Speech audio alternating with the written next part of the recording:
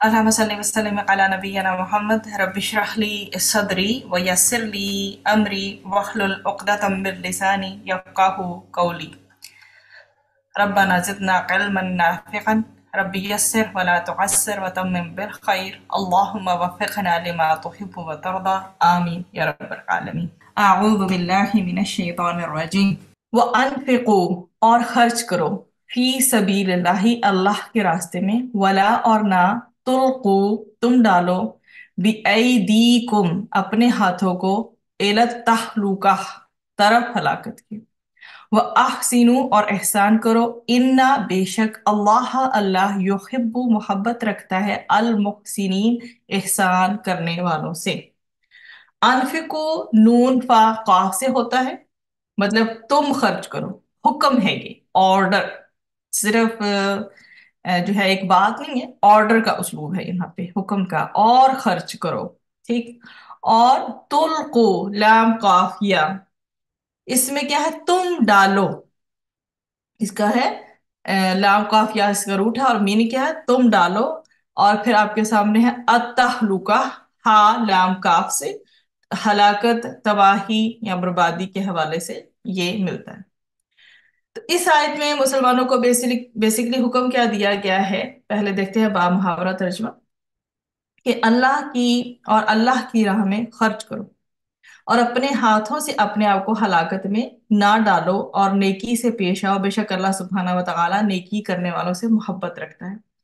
تو اس میں آرڈر جو دیا گیا ہے کہ تم جہاد کے لیے بے قدر ضرورت اپنا مال بھی اللہ کی راہ میں خرچ کرو، اور اپنے آپ کو کیا کرو، اپنے اختیار سے ہلاکت میں نہ ڈالو۔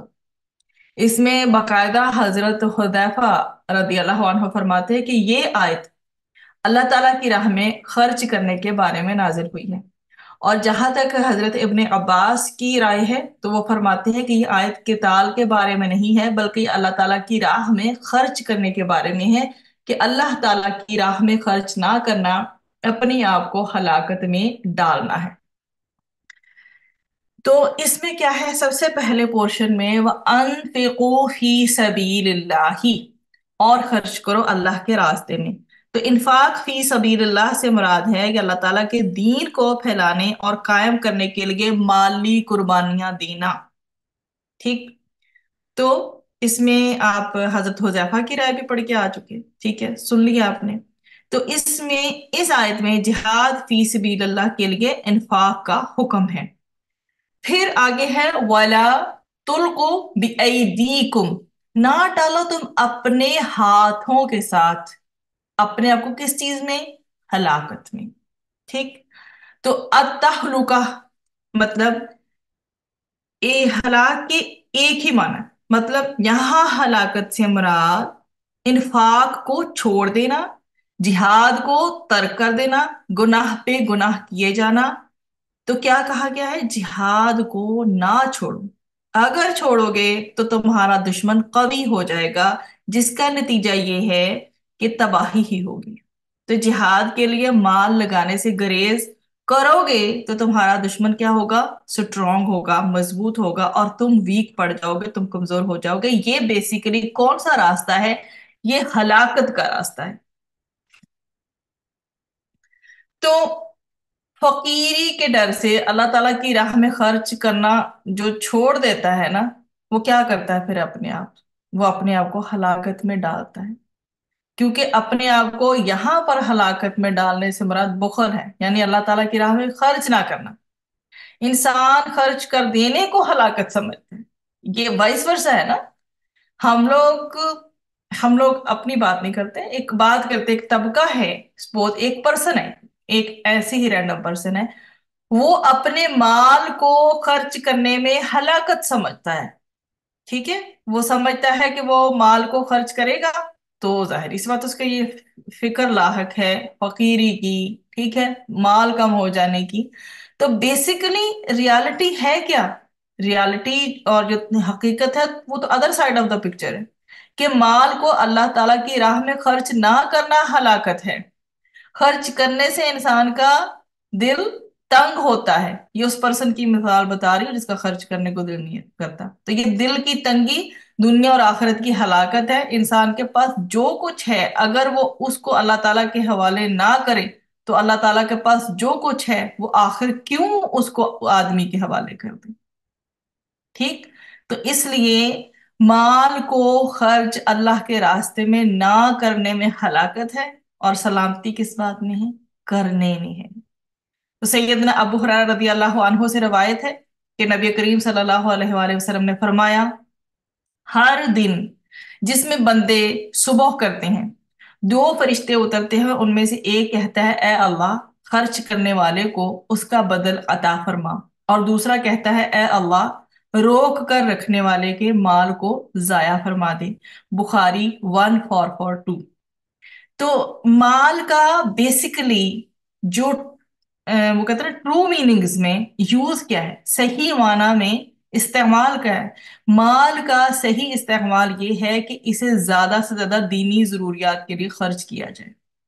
مال کو صرف اپنی ضروریات اور خواہشات کے لیے خرچ کرنا انسان کو بیسیکلی اللہ تعالیٰ کے غضب اور ناراضی کا کیا مستحق بناتا ہے، جبکہ مال کو اللہ تعالیٰ کی راہ میں خرچ کرنا اللہ تعالیٰ کی خوشی کا، اللہ تعالیٰ کی خوشنودی کا، رضا حاصل کرنے کا بہترین ذریعہ ہے۔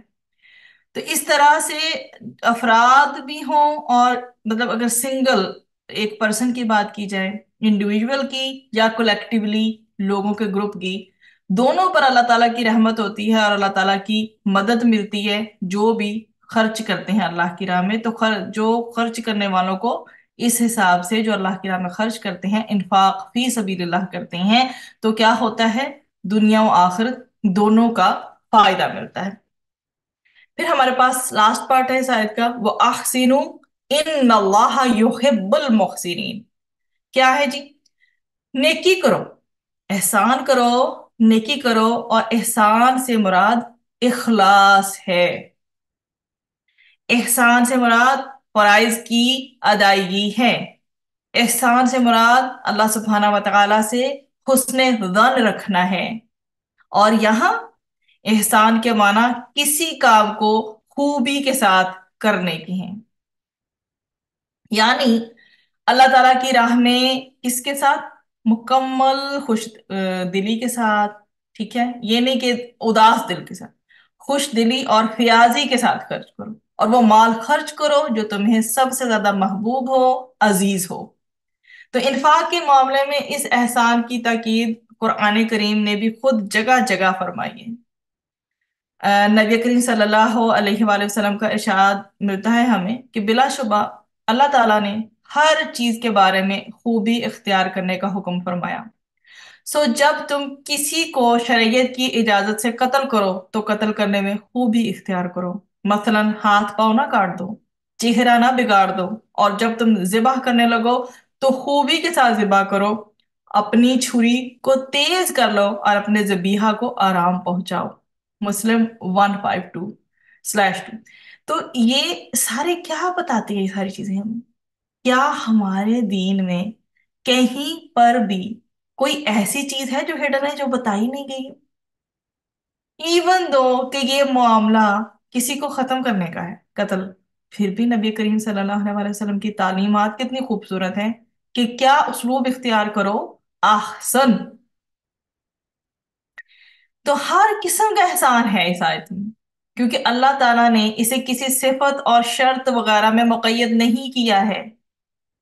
تو مالی احسان بھی اس میں شامل ہے، جاہ و منصب کا بھی، کسی حقدار کی سفارش کرنے کا بھی احسان کے زمرے میں ہی آتا ہے، امر بالمعروف و نہی عن المنکر یہ بھی اسی میں آتا ہے کہ اگر کسی کو حکم دینا ہے نا نیکی کا، اچھے بھلے طریقے سے دو، کسی کو برائی سے روکنا ہے، اچھے اور بھلے طریقے سے دو۔ یہی دو چیزیں اگر آپ دیکھ لیں، انالیسس کر لیں کہ اگر نیکی کا حکم دینے والے کا رویہ خراب ہو اور بدی سے روکنے والے کا رویہ خراب ہو تو معاملہ کیا ہوگا؟ اس کا پہلو ہی بدل جائے گا۔ ٹھیک؟ اس لیے خاص طور پر ہدایات جاری کی گئیں، اور پھر علم نافع کی تعلیم بھی اس میں شامل ہے کہ کوئی بھی نفع مند علم جو ہے آپ دے رہے ہیں، ٹھیک ہے اللہ سبحانہ و تعالیٰ نے آپ کو وہ درجہ عطا کیا، لیکن اگلے بندے کی بھی رسپیکٹ ہے، آپ رسپیکٹ دیں گے آپ کو ملے گی۔